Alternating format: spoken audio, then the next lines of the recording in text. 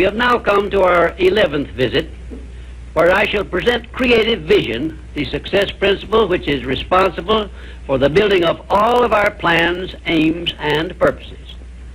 It has been said that the imagination is the workshop wherein we fashion the purposes of our brain and the ideals of our soul. I do not know of a better definition of imagination than this. There are two forms of imagination. First, there is synthetic imagination, which consists of organizing and putting together of recognized ideas, concepts, and facts arranged in a new combination. Very seldom does anyone create an idea or anything else absolutely new. Nearly everything known to civilization is but a combination of something that is old. Secondly, there is creative imagination, which operates through the sixth sense and has its base in the subconscious section of the brain and serves as the exclusive medium through which basically new ideas or facts are revealed. Let me give you some examples of synthetic imagination in action. 1. Edison's invention of the incandescent electric lamp was the creation of synthetic imagination because it was created by bringing together in a new combination two old and well-known principles. 2. Clarence Saunders' idea on which the Piggly Wiggly store system was based was the result of synthetic imagination because he merely borrowed the self-help cafeteria plan and introduced it into the grocery store business. But despite the simplicity of the plan, it is said to have yielded its organizer $4 million during the first 4 years after it was put to work. 3.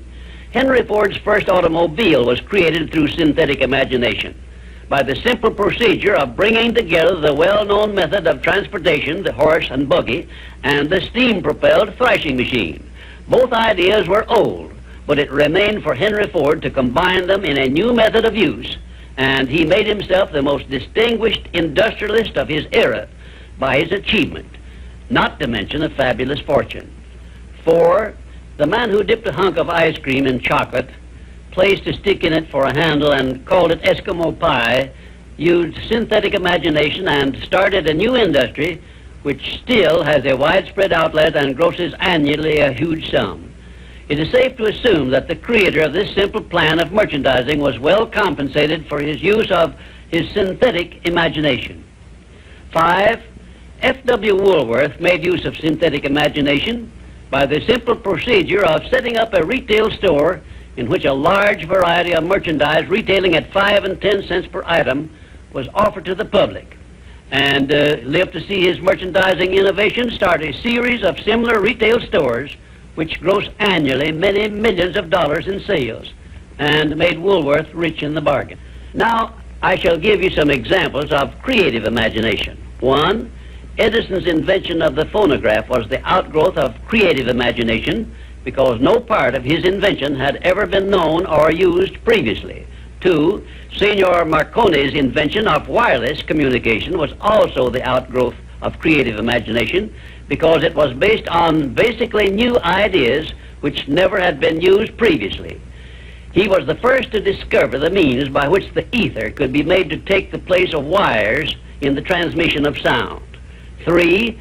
Madame Curie's discovery of radium was also the outgrowth of creative imagination because no one before her had ever revealed either the actual existence of radium or the method by which it could be recovered or refined. 4.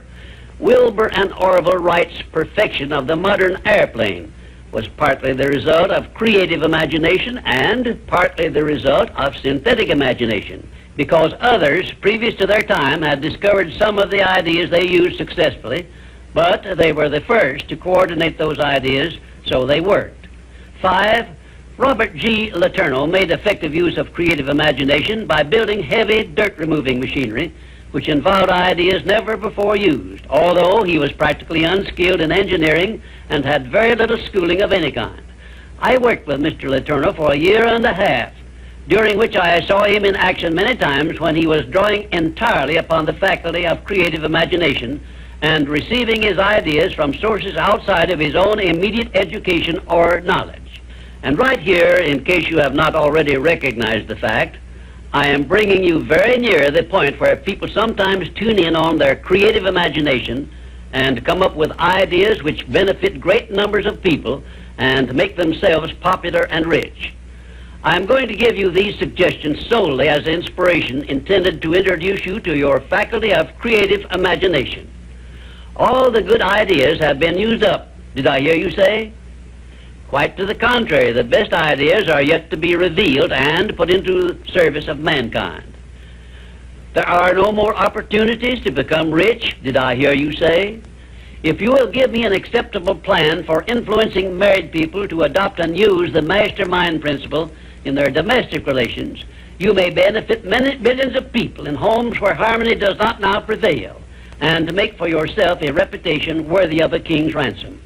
If you have a better idea or plan for the use of salesmen in any field of selling, your idea may help millions of salesmen to increase their incomes and bring you a reward worthy of the value of your idea. I am still talking to you about exercising your faculty of imagination, but I am limited as to the number of ideas I can give you in so short a time. But I will give you some more useful ideas in my next visit. Imagination is a trait which becomes alert only by constant action based on the success principles I have described in these visits. You are the one who must supply this action. If you will set down on paper a list of all the facts you dealt with yesterday, separating them into two classes, important and unimportant. As a matter of fact, you will make a profound discovery regarding accurate thinking if you follow the habit of daily taking inventory of all the facts that claims your attention.